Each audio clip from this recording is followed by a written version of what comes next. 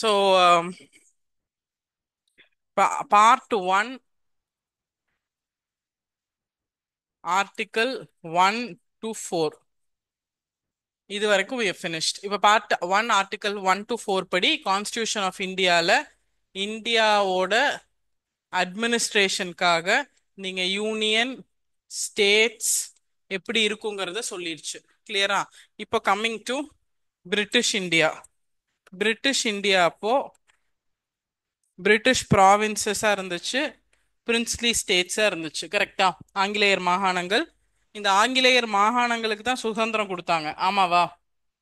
அதுக்கு தானே சுதந்திரம் கொடுத்தாங்க. அப்ப இது என்ன ஆயிடுச்சு? பிரிட்டிஷ் ப்ராவின்சஸ் இந்தியா ஆயிடுச்சு. இந்த பிரின்ஸ்லி ஸ்டேட்ஸ் 565 இருந்துச்சு. ஓகே, இந்த பிரின்ஸ்லி ஸ்டேட்ஸ்க்கு ஒரு ஆப்ஷன் கொடுத்தாங்க, இந்தியா, பாகிஸ்தான், இல்லைன்னா இண்டிபெண்டா. இந்தியாவோட இணைஞ்சுக்கலாம், பாகிஸ்தானோட இணைஞ்சுக்கலாம், என்ன சுதந்திரமா இருந்துக்கலாம். அதுல 563 இந்தியாவோட சேர்ந்துருச்சு. சாரி, 562 இந்தியாவோட சேர்ந்துருச்சு. ஒரு 3 பிரின்ஸ்லி ஸ்டேட்ஸ் மட்டும் பிரச்சனை பண்ணுச்சு. அதுதான் ஹைதராபாத், ஜுனாகத், காஷ்மீர். ஓகே, ஹைதராபாத், ஜுனாகத், காஷ்மீர். இதையும் எப்படியாவது இந்தியாக்குள்ள சேர்த்தணும் அப்படின்னு பட்டேல், அப்ப இருந்த deputy prime minister plus home minister Patel, அவரோட செக்ரட்டரி விபி மேனன், அவங்க 2 பேரும் சேர்ந்து இந்த 3ஐயும் இந்தியா கூட சேர்த்திட்டாங்க. எப்படி சேர்த்துனாங்க? இந்த ஹைதராபாத் வந்து police action. Okay, police action படி ஹைதராபாத் எப்படி சேர்த்துனாங்கன்னா, போலீஸ் ஆக்ஷன் அப்படின்னா போலீஸின் நடவடிக்கையின் பேர்ல சேர்த்துனாங்க. ஆபரேஷன் போலோ, அதுக்கு போட்ட ஆபரேஷன் பேர் போலோ. ஆபரேஷன் ப்ளூ ஸ்டார் தெரியும்ல? Yes, Amritsar golden temple, Indira Gandhi madam period, அந்த மாதிரி ஒரு ஆபரேஷன். இது ஆபரேஷன் போலோ. ஜுனாகத் மக்கள் வாக்கெடுப்பின் மூலம், ரெஃபரெண்டம். ஜுனாகத் வந்து ரெஃபரெண்டம், மக்கள் வாக்கெடுப்பு. ஏன்னா அங்க என்ன பிரச்சனைனா, மக்கள் வந்து ஹிந்துஸ், கிங் வந்து முஸ்லிம். ஸோ கிங் மட்டும்தான் பாகிஸ்தானோட போகணும்னாரு, மக்கள் வந்து இந்தியாவோட சேரணும்னாங்க. ஸோ மக்கள் வாக்கெடுப்பின் மூலம் ஜுனாகத் சேர்ந்துருச்சு. மக்கள் வாக்கெடுப்புக்கு தமிழ் இங்கிலீஷ்ல ரெஃபரெண்டம், பொது வாக்கெடுப்புன்னு சொல்லலாம், இல்ல மக்கள் வாக்கெடுப்புன்னு சொல்லலாம். காஷ்மீர் வந்து அப்படியே ஆப்போசிட், மக்கள் முஸ்லிம், ரூலர் ஹிந்து. இப்போ ரூலர் ஹிந்துங்கிறனால அவர் கையெழுத்து போட்டு இந்தியாவோட சேர்ந்துட்டாரு. எஸ், ஸோ அது வந்து ஒப்பந்தத்தின் அடிப்படையில், இன்ஸ்ட்ருமெண்ட் ஆஃப் அசெஷன், ஒப்பந்தத்தின் அடிப்படையில், இன்ஸ்ட்ருமெண்ட் ஆஃப் அசெஷன்.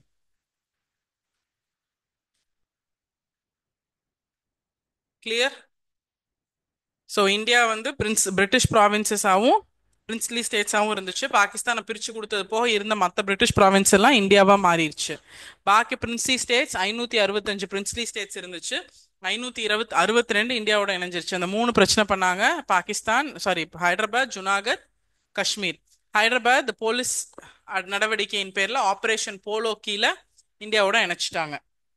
ஜுனாகத் மக்கள் வாக்கெடுப்பு, ஏன்னா அங்க வந்து மக்கள் ஹிந்துஸ், ரூலர் முஸ்லிம். ஸோ மக்கள் பொது வாக்கெடுப்பு எடுக்கும் போது ரெஃபரண்டம் மூலியமா இணைச்சிட்டாங்க. காஷ்மீர்ல அப்படியே ஆப்போசிட், மக்கள் முஸ்லிம், ரூலர் ஹிந்து. அப்போ அவர் வந்து கையெழுத்து போட்டு ஒப்பந்தத்தின் அடிப்படையில இந்தியாவோட சேர்ந்துட்டார். கிளியரா? இப்போ 1947ல பிரின்ஸ்லி ஸ்டேட்ஸும் பிரிட்டிஷ் ப்ராவின்சஸும் சேர்ந்து இந்தியா ஆயிடுச்சு. ஆமா தானே? பிரிட்டிஷ் ப்ராவின்சஸும் இந்தியாவும் சேர்ந்து, பிரிட்டிஷ் ப்ராவின்சஸும் பிரின்ஸ்லி ஸ்டேட்டும் சேர்ந்து இந்தியா ஆயிடுச்சு. இப்ப இந்த இந்தியாவுக்கு தான் 1950 எழுத அரசியலமைப்பை நடைமுறைக்கு கொண்டு வரணும், இம்ப்ளிமெண்ட் பண்ணணும். அப்ப இந்தியாவை 4 செக்ஷனா பிரிச்சு வச்சிருந்தாங்க, part A, part B, part C, part D. So இந்த பிரிட்டிஷ் ப்ராவின்சஸும் இந்த பிரின்ஸ்லி ஸ்டேட்ஸும் சேர்ந்து தான் அன்னைக்கு இந்தியா. இந்த இந்தியாவை பார்ட் ஏ, பி, சி, டியா பிரிச்சிருந்தாங்க. ஓகே, இந்த part A, B, C, D இருக்கிற இந்தியாவை தான் நிர்வாக காரணங்களுக்காக, அட்மினிஸ்ட்ரேட்டிவ் ரீசன்ஸ்க்காக ஸ்டேட்டாவும் யூனியன் டெரிட்டரியாவும் பிரிச்சாங்க. கிளியர்? ஓகே, இந்த 3 பிரின்ஸ்லி ஸ்டேட் பிரச்சனை பண்ணது ஜுனாகத், ஹைதராபாத் அண்ட் காஷ்மீர். அதுல ஒன்னு ரொம்ப மைனர் பிரச்சனை பண்ணது ஜோத்பூர். ஓகே, ஜோத்பூர் பிரச்சனை எல்லாம் பண்ணல, ஃபர்ஸ்ட் மாட்டோம் அப்படின்னு சொன்னாங்க, அப்புறம் ஆஃபர் கொடுத்தோன்னு சேர்ந்துட்டாங்க. ஜோத்பூரோட மகாராஜா பேர் என்னன்னு ஒரு டிஎன்பிசி கொஸ்டின் வந்துருந்துச்சு. அவர் பேர் Maharaja ஹன்வந்த் Singh. Maharaja ஹன்வந்த் Singh. Maharaja ஹன்வந்த் Singh.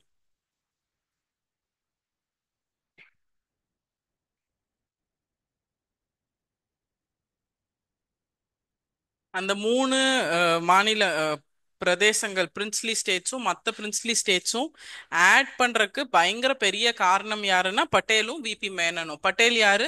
Deputy prime minister cum minister of home affairs, இன்னைக்கு அமித்ஷா மாதிரி.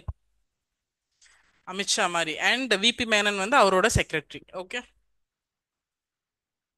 இப்ப பார்ட் ஏ பி சி டின்னு கொண்டு போய் நாலா வச்சுட்டாங்களா?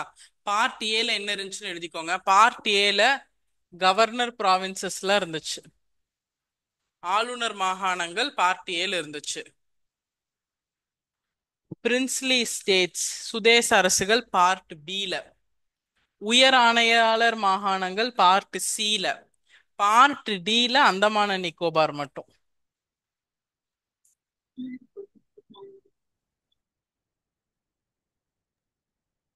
இப்ப இந்த ஸ்ட்ரக்சரை பிரிச்சு தான் நம்ம என்ன கிரியேட் பண்ணணும்? State and union territory create பண்ணணும். இதை எப்படி கிரியேட் பண்றதுன்னு தான் தெரியல. இதெல்லாம் எப்ப நடந்துச்சு? 1947. Ma'am part B C D repeat பண்ணுங்க மேம். பார்ட் ஏ வந்து ஆளுநர் மாகாணங்கள் இல்லைன்னா கவர்னர் ப்ராவின்சஸ். பார்ட் பி வந்து பிரின்ஸ்லி ஸ்டேட் சுதேச அரசுகள். பார்ட் சி வந்து சீஃப் கமிஷனர் ப்ராவின்சஸ் உயர் ஆணையாளர் மாகாணங்கள். பார்ட் டில அந்தமான நிக்கோபார்.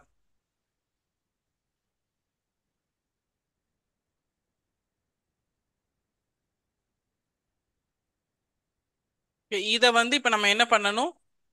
நிர்வாகத்துக்கு தகுந்தாப்புல நிர்வாகம் பண்றதுக்கு தகுந்த மாதிரி பிரிக்கணும். மாநிலங்களா யூனியன் பிரதேசங்களா பிரிக்கணும். அதுக்கு தான் எப்படி பிரிக்கிறது அப்படின்னு 3 கமிஷன் போட்டாங்க. 3 கமிஷன்ஸ்.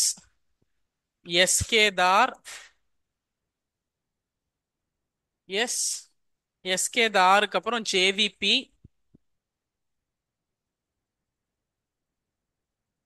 ஃபாசில் அலி.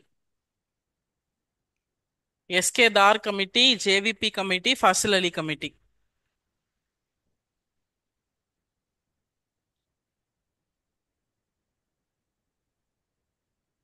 எஸ்கே தார் கமிஷன் ஃபார்ம் ஆனது 1948 ஜூன்.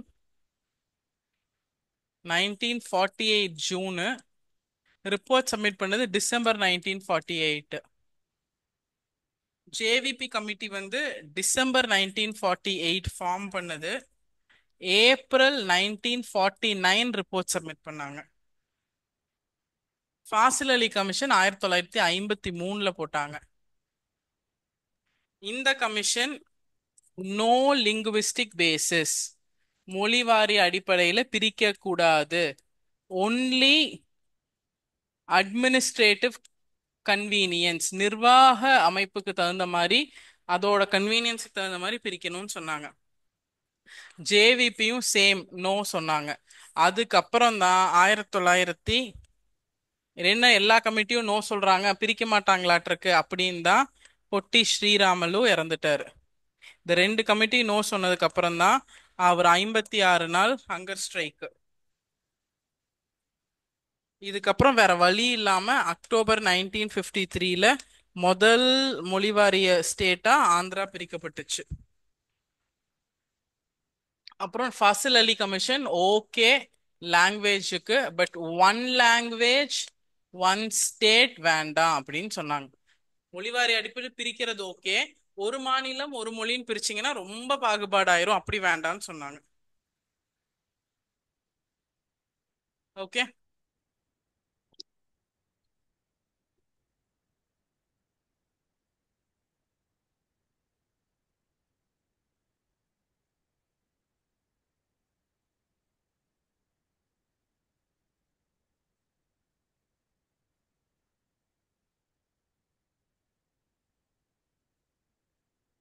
இந்த ஜேவிபி கமிட்டியில இருக்கிற ஜே வந்து ஜவஹர்லால் நேரு, வி வந்து வல்லபாய் பட்டேல், சாரி வி வந்து Vallabhbhai Patel,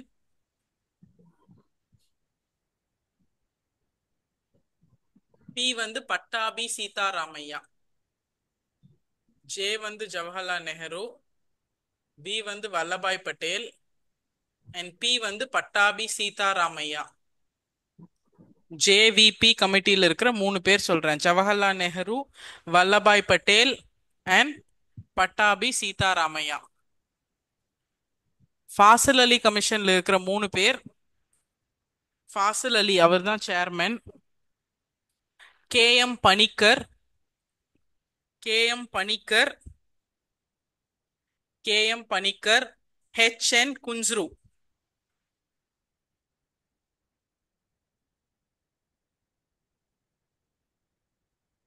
S, H.N.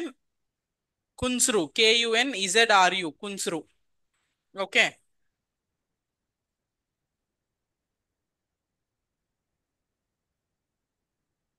Ma'am அது 56 days அவர் பேர் என்னங்க மேம்? பத்தி ஸ்ரீ யாருங்க? 56 days விரதம் இருந்தாரு, அவர் நேம் மேம்? பொட்டி ஸ்ரீராமலு.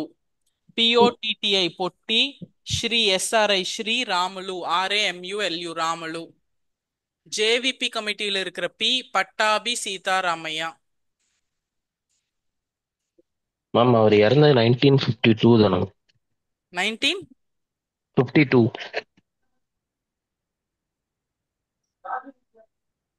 இல்ல, அவர் இறந்தது 1953 தான். ஏன் அவர் இறந்தது 52ஆன்னு உங்களுக்கு டவுட்? மேம் பழைய நோட்ஸ் டிசம்பர் 15 1952 அந்த மாதிரி எழுதி. டெத் டேட் ஆஃப் பொட்டி Sriramulu 15th December 1952ன்னு எழுதியிருக்கமா? 50. Yes, ma'am. He died after 56 days hunger strike. Andhra form ஆனது 1953ல, அவர் இறந்தது 1952. இறந்த இயர் நம்ம எழுதல, but நீங்க எழுதிக்கோங்க 1952. கூகுள் படி 1952. உங்க புக்ல எல்லாம் அவர் இறந்த டேட் இல்ல. லக்ஷ்மிகாந்த்லயுமே அவர் இறந்த டேட் இல்ல, இறந்த இயர்லாம் இல்ல. ஓகே. இப்ப ஸ்டேட் இதுக்கப்புறம் வேற வழி இல்ல, மாநிலங்களை பிரிச்சாகணும். ஆனா மொழிவாரி அடிப்படையில பிரிக்க போறோம். ஒரு மாநிலம் ஒரு மொழின்னு பிரிக்க மாட்டோம், பொதுவா லாங்குவேஜ் பேசிஸ்ல பிரிக்க போறோம். அதுக்காக என்ன ஆக்ட் போட்டோம்? ஸ்டேட் ரீஆர்கனைசேஷன் ஆக்ட், மாநிலங்கள் மறுசீரமைப்பு சட்டம்.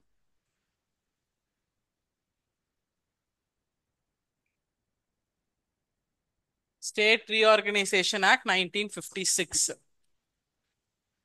7th கான்ஸ்டிடியூஷனல் அமெண்ட்மெண்ட் ஆக்ட் படி பார்ட் ஏ பார்ட் பி ஸ்டேட்ஸை வந்து பிரிச்சுட்டு பார்ட் சியும் அபாலிஷ் பண்ணிட்டு 14 state or union territory create பண்ணோம் November 1, 1956. அப்படியே எழுதிக்கோங்க, தமிழ் காமிக்கிறேன். ஃபர்ஸ்ட் இங்கிலீஷ் மட்டும் எழுதுங்க, Tamil I'll show you. Same list தமிழ்லயும் இருக்கு. இப்போ பார்ட் ஏபிசின்னு ஆல்ரெடி ஒன்று இருக்கிறத அபாலிஷ் பண்ணும்ல, அதுக்கு வந்த அரசியலமைப்பு சட்ட திருத்தம் 7வது அரசியலமைப்பு சட்ட திருத்தம் 1956.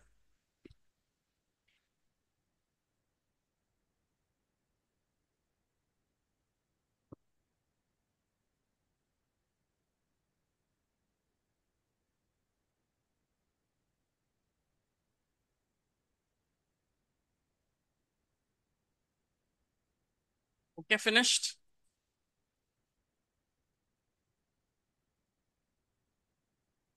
Ma'am, 1 second. 7வது சட்ட திருத்தம் 1956. எல்லாம் சேம் தான், எழுதுனா எழுதுங்க, இல்லை ஷோ யூ இங்கிலீஷ் அகேன்.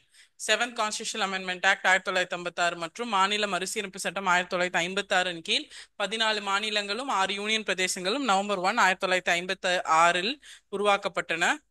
அதுக்கப்புறம் பல காரணங்களுக்காக இன்னும் நிறைய ஸ்டேட்ஸ் கிரியேட் பண்ணிட்டோம். யா, ஓகேவா?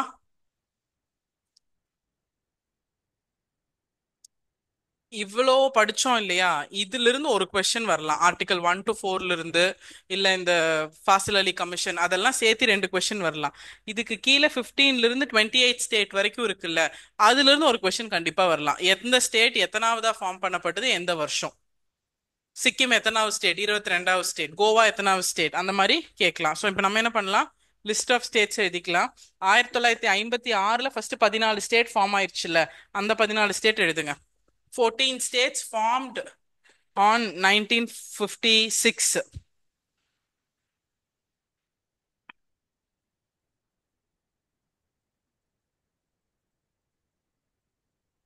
14 states and 6 union territories in 1956.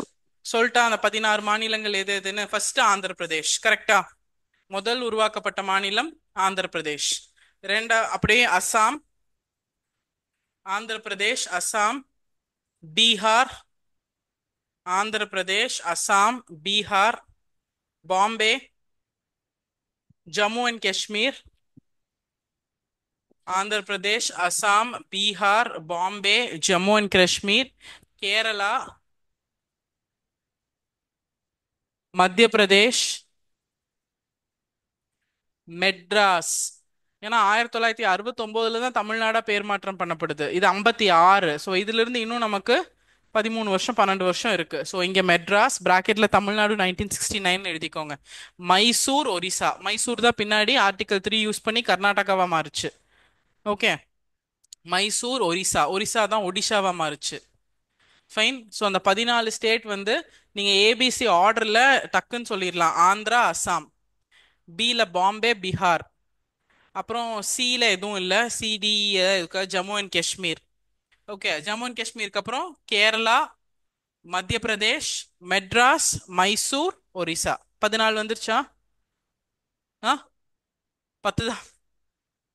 எதை விட்டுட்டேன்? பஞ்சாப், ராஜஸ்தான். ராஜஸ்தான், பஞ்சாப், ராஜஸ்தான், பஞ்சாப். உத்தரப்பிரதேஷ், உத்தரப்பிரதேஷ். அதுக்கப்புறம் கண்டினியூ பண்ணுங்க. Punjab, Rajasthan, Punjab, Rajasthan, Uttar Pradesh, west Bengal. Punjab, Rajasthan, Uttar Pradesh, west Bengal. Next 6 union territories. Andaman Nicobar. Andaman Nicobar அப்படியே யூனியன் டெரிட்டரியா சேர்த்திட்டோம். அதனாலதான் பார்ட் ஏ, பி, சி மட்டும் அபாலிஷ் பண்ணாங்க. ஓகே, அது அப்படியே யூனியன் டெரிட்டரி கன்வெர்ட் ஆயிடுச்சு. டெல்லி, டெல்லி, ஹிமாச்சல், ஹிமாச்சல் பிரதேஷ்,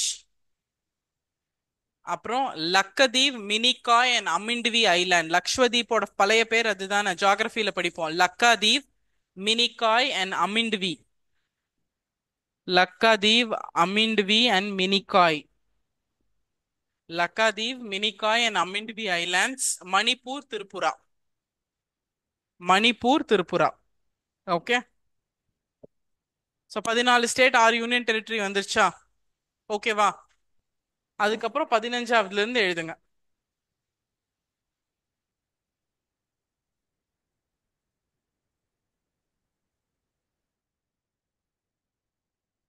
15ல இருந்து இயர் ரொம்ப முக்கியங்க.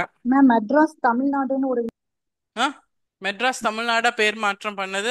இன்னும் யூனிட் 8ல படிக்கலையா? அண்ணா வரலையா யூனிட் 8ல? வரலையா? அண்ணா வருவார், வந்து சொல்லுவார் அண்ணா.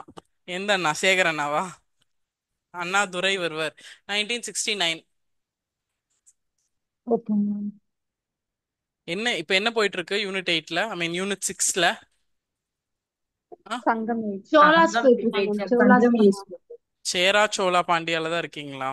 ஆமாம். லேட்டா பாண்டியாஸ். கம்ப்ளீட் பண்ணியாச்சு மேம். லேட்டர் சோல். ரொம்ப ஃபாஸ்டா போகுது போல.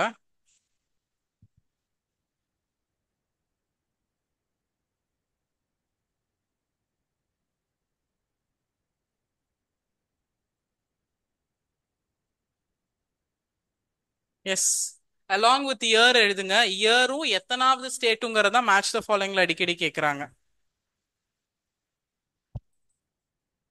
இல்ல இல்ல இல்ல, அந்த பென்சில் எழுத முடியுதா? இல்ல, நிச்சயமா கை வலிக்காதா? வலிக்காது. கேப் போட்டு எழுத முடியாது. ஹைட் கம்மியா இருக்கும், வலிக்கும் கை. கேப் போட்டு.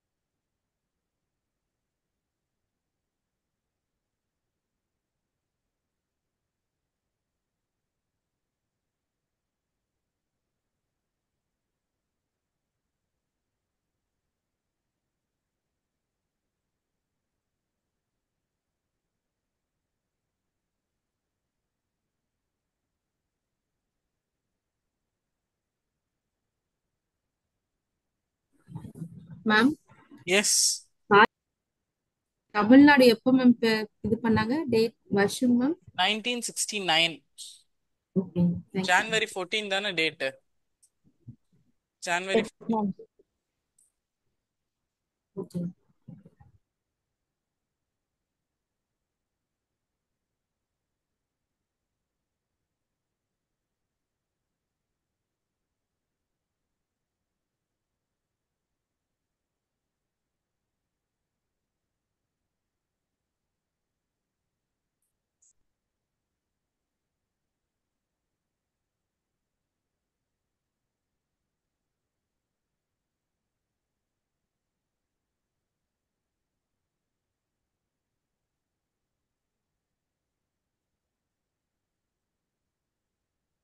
finished. No, ma'am.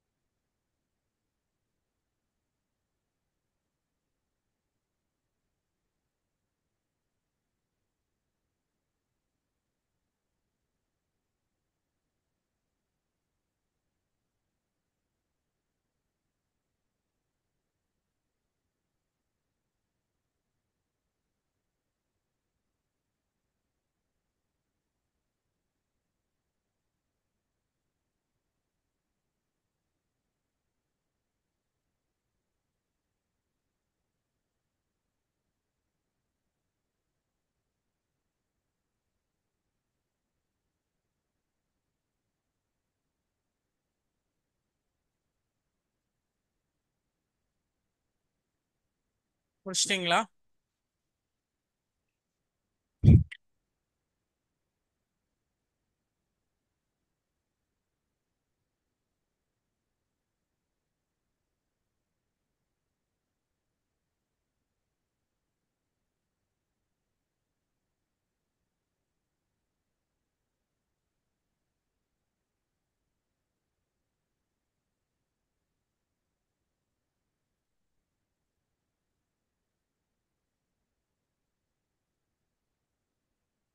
Ton. Done, ma'am. நோவா. Finished, ma'am.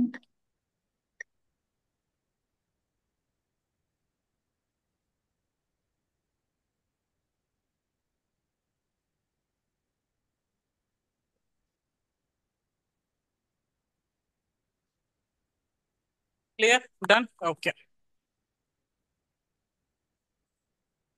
Changes of names of states.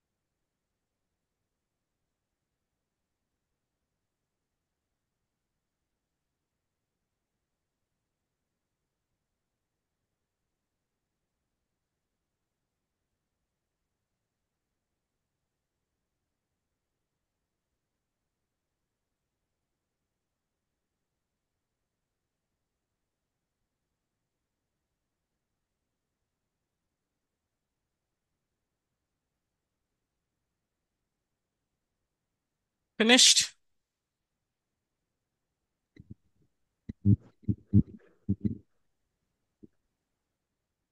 முடிச்சிட்டிங்களா?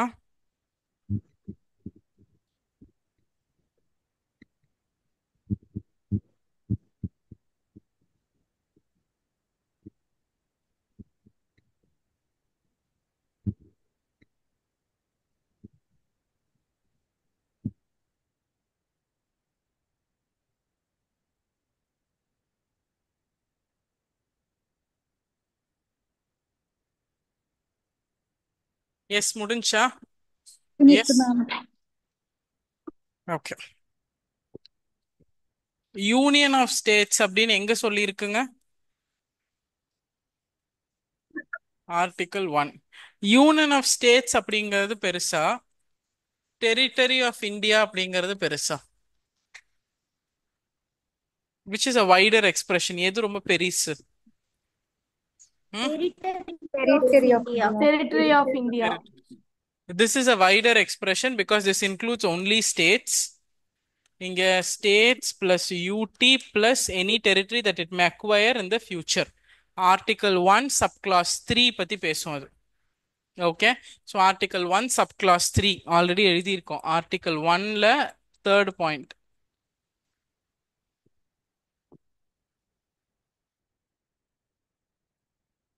Union டெரிட்டரினா என்னங்க? சில இம்பார்ட்டன்ட் பாயிண்ட்ஸ் மட்டும் எழுதிட்டு will finish of this topic. Union டெரிட்டரினா என்ன? What are union? யூனியன் டெரிட்டரினா என்ன? யூனியன் பிரதேசம்னா என்ன? Wholly governed by union government. மொத்தமா அதோட நிர்வாகம் மத்திய அரசு கையில தான் இருக்கு. Wholly governed by union government.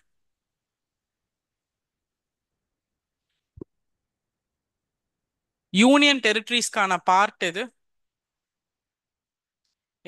எந்த பார்ட் யூனியன் டெரிட்டரிஸ் பத்தி பேசுது? Part 8 tax about union territories. Part 8 article 239 to 241. Part 8 article 239 to 241. பாலிட்டியில எல்லாமே தெரியும். நான் பாலிட்டி கிங்கு தான், லக்ஷ்மிகாந்த் மாதிரி புக்கே எழுத முடியும். ஆர்டிக்கலும் பார்ட்டும் தெரியாதுன்னா 5 மார்க் போச்சு. லக்ஷ்மிகாந்த் மாதிரி புக் எழுதலாம், பாசு மாதிரி எழுதலாம். ஆர்டிக்கலும் பார்ட்டும் மனப்பாடம் பண்ணலைன்னா minimum 3 marks, maximum 5 marks gone. ஏன்னா match the following on basis of part, article, amendment அதெல்லாம் கேட்டுக்கிட்டே இருப்பாங்க. ஃபேக்சுவலாக தேவைப்படும். So part 8 article 239 to 241 talks about union territory. Okay. மொத்தம் எத்தனை யூனியன் டெரிட்டரி இப்போ? 8 யூனியன் டெரிட்டரி. ஓகே. டெல்லி எந்த வருஷம் ஃபார்ம் ஆச்சு?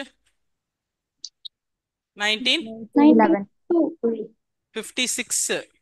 பேர் மாத்தினது தான் 1992. National capital territory of 69 constitution amendment act படி. So Delhi formed in 1956. Andaman and Nicobar 1956. Chandigarh 1966. Write down. Delhi அதெல்லாம் இருக்காது, எழுதுங்க சீக்கிரம் எழுதுங்க. டெல்லி 1956. அந்தமான் அண்ட் நிக்கோபார் 1956. சண்டிகர் மேம் 19. ஸ்லோவா சொல்லுங்க மேம். டெல்லி 1956. டெல்லி உருவாக்கப்பட்டது 1956ல.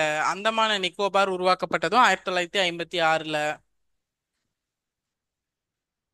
சண்டிகர் 1966. சண்டிகர் 1966. தாத்ரா நகர் ஹாவேலி, ஜம்மு அண்ட் தாமன் டையூ இப்பதானே சொன்னேன். Dadra Nagar Haveli, Daman and Diu 2020 January.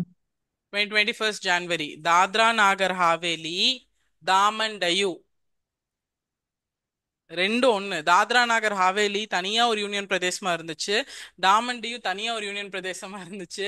அது ரெண்டையும் சேர்த்து ஒரே யூனியன் பிரதேசமா ஜான்வரி 1, 2020 அன்னைக்கு மாத்துனாங்க. அங்க இருக்கு பாருங்க குஜராத் கிட்ட.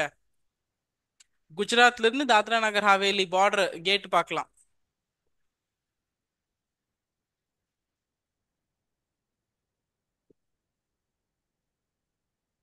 தாத்ரா நாகர் ஹாவேலி, தாமன் டையூ ரெண்டும் 2020ல சேர்த்துனாங்க. Jammu and Kashmir union territory எப்போ உருவாச்சு? 2019. 2019. லடாக் தனி யூனியன் பிரதேசம் 2019. எஸ். லக்ஷ்வதீப் அண்ட் பாண்டிச்சேரி, லக்ஷ்வதீப்பும் பாண்டிச்சேரியும் 62. 1956. 56. லக்ஷ்வதீப் பாண்டிச்சேரி 1956. 8 எழுதிட்டமா? டெல்லி, அந்தமான் நிக்கோபார், லக்ஷ்வதீப், பாண்டிச்சேரி நாலுமே 1956.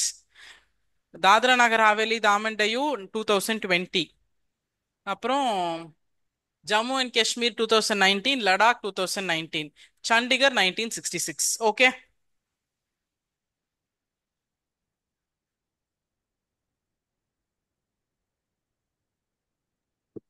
மேம் புதுச்சேரி 1956ல தான் வருமாங்க மேம்?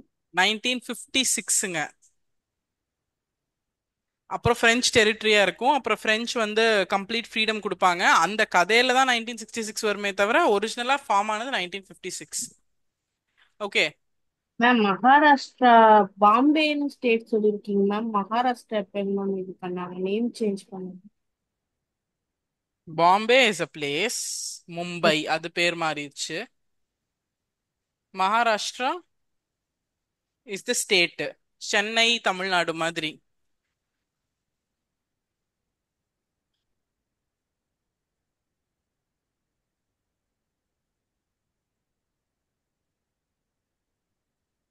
அண்ட் புதுச்சேரி வந்து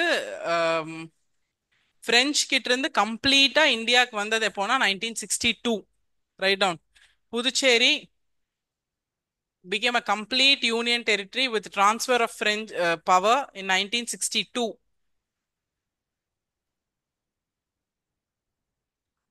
1962.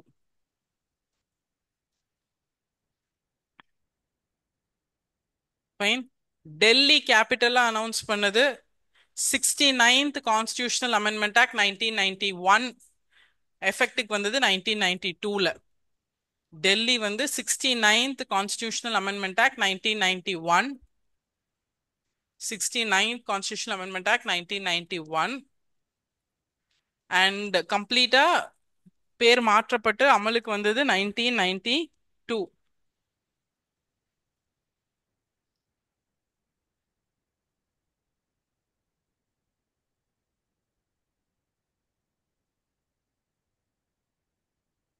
இங்க எழுதியிருக்கோம் பாருங்க. 1992 union territory of Delhi became national capital territory of Delhi.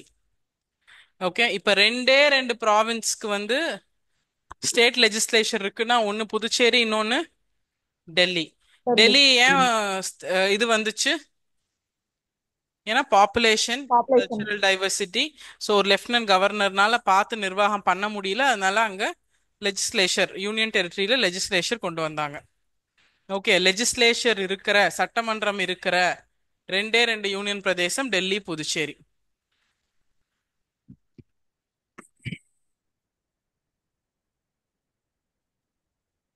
ஸ்டேட்டுக்கு யூனியன் டெரிட்டரிஸ்க்கும் செப்பரேட் பண்றதுக்கு ஏதாச்சும் ப்ரொசீஜர் அந்த மாதிரி இருக்காங்க?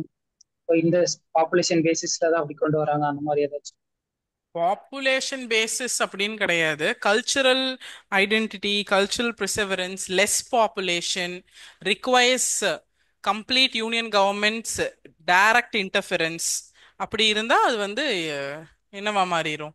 யூனியன் பிரதேசமா மாறிடும். யூனியன் பிரதேசம் போது யூனியன் கவர்மெண்டோட நேரடி கண்காணிப்புக்குள்ள இருக்கும். குறைந்த மக்கள் தொகையா இருக்கும். கல்ச்சுரல் டைவர்சிட்டி இருக்கும். பண்பாடு அதெல்லாம் ஜாஸ்தியா இருக்கும். ஸோ அப்படி இருக்கும் பட்சத்தில் நேரடியா யூனியன் கவர்மெண்ட் அது எல்லாமே டிசைட் பண்ற அத்தாரிட்டி பார்லிமெண்ட் தான். Okay fine. With this we finish on the third topic, union state and its territory. இந்த மூணாவது டாபிக் முடிச்சிட்டோம். மூணாவதா? நாலாவது டாபிக் தானே? ஆமாவா? நாலாவது டாபிக்.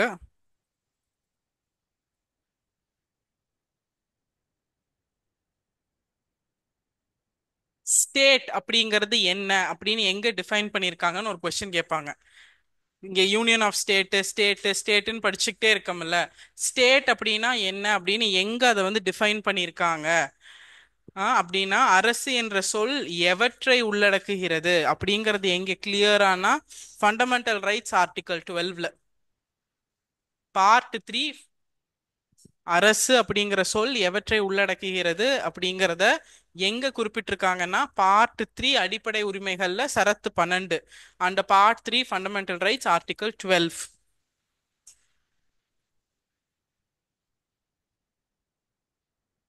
அப்போ ஆர்டிகல் 12 பார்ட் 3 படி ஸ்டேட் அப்படிங்கிறது government of India and state எழுதுங்க. It includes government of India, state government of இந்தியாவும் ஸ்டேட் தான், ஸ்டேட் கவர்மெண்ட்டும் ஸ்டேட் தான், பார்லிமெண்ட்டும் ஸ்டேட் தான், சட்டமன்றமும் ஸ்டேட் தான், மாநில சட்டமன்றம் ஸ்டேட் லெஜிஸ்லேச்சரும் ஸ்டேட் தான். எல்லா வட்டார அதிகாரங்கள் ஆல் ரீஜனல் அத்தாரிட்டிஸ், எல்லா வட்டார அதிகாரங்களும் ஸ்டேட் தான். ஆல் ரீஜனல் அத்தாரிட்டிஸ், எல்லா வட்டார அதிகாரங்களும் ஸ்டேட் தான். All regional authorities.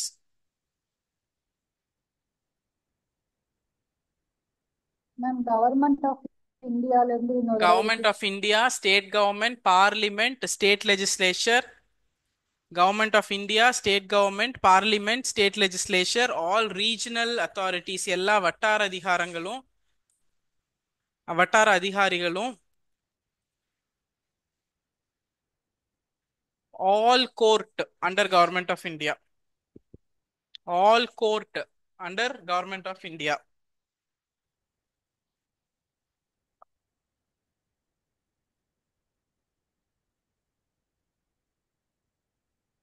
கோர்ட்னு எழுதாதீங்க, ஜூரிஸ்டிக்ஷன் எழுதிக்கோங்க.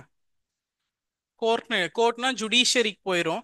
ஸோ ஜூரிஸ்டிக்ஷன் எழுதிக்கோங்க. All other jurisdiction of government of India, jurisdiction of government of India. நான் தமிழ்ல சொல்றேன், இங்கிலீஷ்ல jurisdiction of government of India, தமிழ்ல அனைத்து வட்டார அல்லது இதர அதிகார குழுமங்கள், அனைத்து வட்டார அல்லது இதர அதிகார குழுமங்கள், வட்டார அல்லது அனைத்து அதிகார குழுமங்கள். எஸ், எந்த ஆர்டிகிள் வந்து ஸ்பெஷல் ஸ்டேட்டஸ் கொடுத்துட்டு இருந்துச்சு ஜம்மு அண்ட் காஷ்மீருக்கு? 370. அண்டர் அது எல்லாரும் 35. சொல்லிடுவீங்க. எந்த ஆர்டிகிள் வந்து permanent residence of Jammu and Kashmir identify பண்ண ஹெல்ப் பண்ணுச்சு? 35A. 35A. ஓகே, 35A தான் யார் யார் ஜம்மு அண்ட் காஷ்மீரோட பெர்மனன்ட் ரெசிடென்ஸ் அப்படிங்கறத ஐடென்டிஃபை பண்ணுச்சு. ஜம்மு அண்ட் காஷ்மீருக்கு ஸ்பெஷல் ஸ்டேட்டஸ் ரிமூவ் பண்ணோன்னா ஆர்டிகல் 370, 35A ரெண்டுமே போயிருச்சு. ஓகே, 35A ஆர்டிகல் 35A தான் ஜம்மு அண்ட் காஷ்மீரோட பர்மனன்ட் ரெசிடென்ட், நிரந்தர குடியுரிமை பெற்றவர்கள், permanent residence.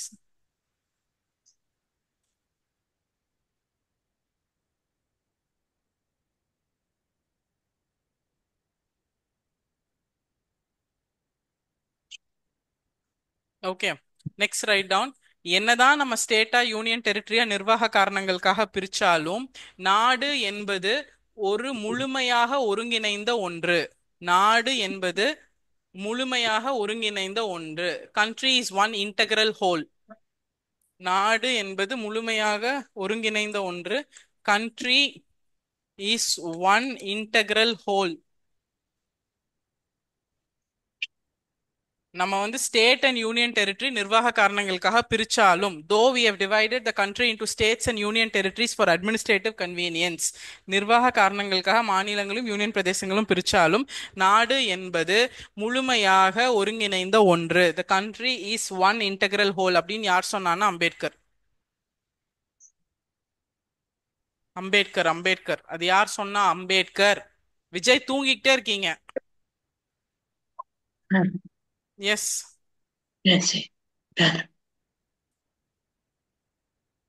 Federal in form, unitary in spirit, KC Wheare. Quasi federal சொன்னது கேசி வியர். அதெல்லாம் நம்ம ஆல்ரெடி எழுதியிருக்கோம்ல. அறகுறை கூட்டாட்சி என்று சொன்னது யார்? KC Wheare. Federal in form, unitary in spirit, KC Wheare. அதெல்லாம் இங்க கனெக்ட் பண்ணிக்கலாம்.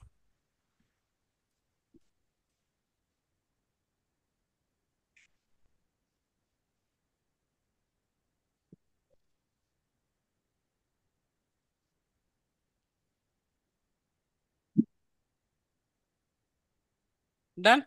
Yes. So with this, we'll finish union state and its territories. அந்த டாபிக் முடிஞ்சிருச்சு. அதுக்கு அடுத்த டாபிக் என்ன சிலபஸ்ல?